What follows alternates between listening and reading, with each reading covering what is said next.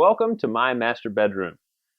Now, ever since we bought this house, my wife and I have taken a lot of pains to make this room our own. We've added crown molding, we've painted, I've even made the platform bed for the Select Comfort mattress we bought a couple of years ago. Unfortunately, I made this bed before I started my channel, so you guys didn't really get to see this, but it has tons of storage and it's very unique to this room.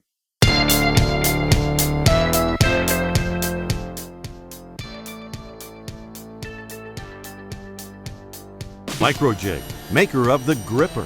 Work safer, work smarter. We're gonna make just some simple DIY end tables. My wife found these decorative L brackets that we're going to use to mount the top to the wall. These things feature a lot of detail, so I think they'll look great finished just as they are with a white top. All right, now we're just gonna take this piece of pine that's about 17, maybe 18 inches in width, and we're just gonna cut it down to 12 inches wide.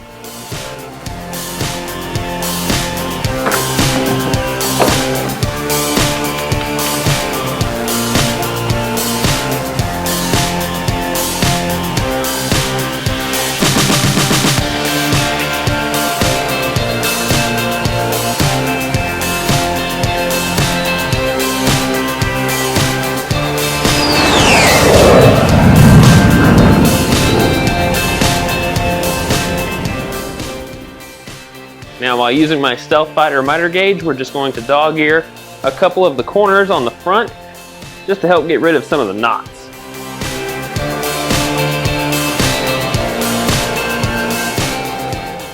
Now, keeping with the 45-degree miter theme that we're going with here, we're going to put in the 45-degree chamfer bit and just go over the front edges. To help prevent tear out, we're going to go in 3 separate passes. 2 will take out a lot of material, and then the final will just remove any burning. Now we've lowered the bit down a little bit so we can chamfer the tiniest bit off the underside. Now comes the part for everyone's favorite thing to do. Sanding.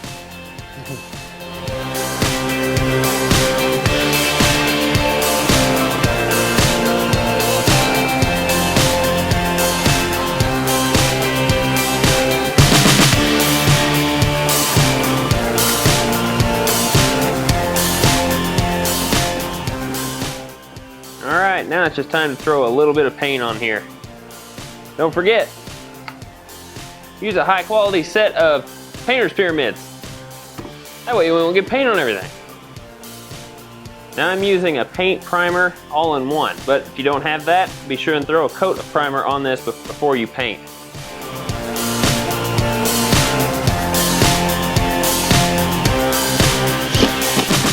Alright, now we're going to hang this on the wall with the very top of it right level with the mattress.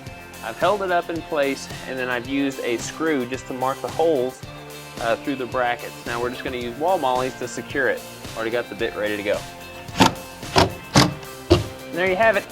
It is installed. Just make sure that it's nice and level and you're good to go. Well, I hope you guys enjoyed this DIY tutorial on how to make this floating shelf. My wife loves it for an end table and I think it's going to work out just fine. Now, I made this completely on the table saw and the router, but you don't have to have a router to complete it. You can easily use a random orbit sander to get that rounded over edge. And if you don't have a table saw, don't fret. You can do the same thing on a circular saw. I want to thank you guys for watching this week. Be sure and go to my website at rhwoodshop.com. There you will find an instructional blog on how I accomplished this.